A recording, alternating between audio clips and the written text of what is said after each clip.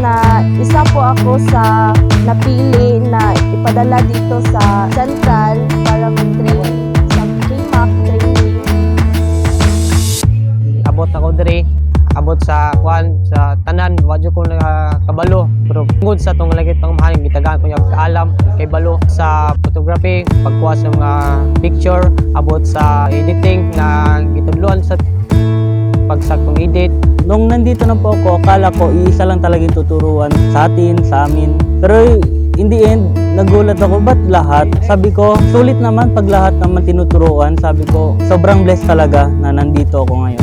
Usa sa mga experiences na grabe naka-impact sa ako is unang-una ang during sa klase nga inana di ay kapaspas ang pagtudlo at the same time ka-on hand ang mga nag-train sa amo ang mga kaigsuunan at the same time nga experience na ako ng mapasan ang dako kayong kamera nga murag dako pagid sa ako dako kay siya privilege at the same time pinaka the best nga experience is makauban makita na ako si Pastor personally.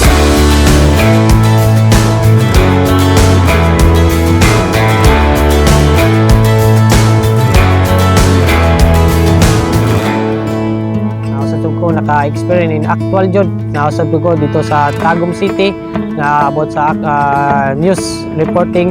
Walay sukod akong kalipay na usa ko sa gisaligan, gipili ng mahimong well-trained as a multimedia staff. Salamat Pastor sa privilege na imong gihatag nako sa amo nga. Ngayon nandito na po ako, sobrang saya ko po kasi nakilala ko din si Pastor, ganun. Kita po din siya ng personal. Salamat kay Pastor sa mong kaayos akong kinabuhi, dili lamang ni anak kung dili sa kunang katawhan. Kung wala ka Pastor, kung wala ang imong dakong gugma sa katawhan, wala mi karon. And you're taking me high. Ain't nobody like you. I'm not coming down. Ain't nobody like you.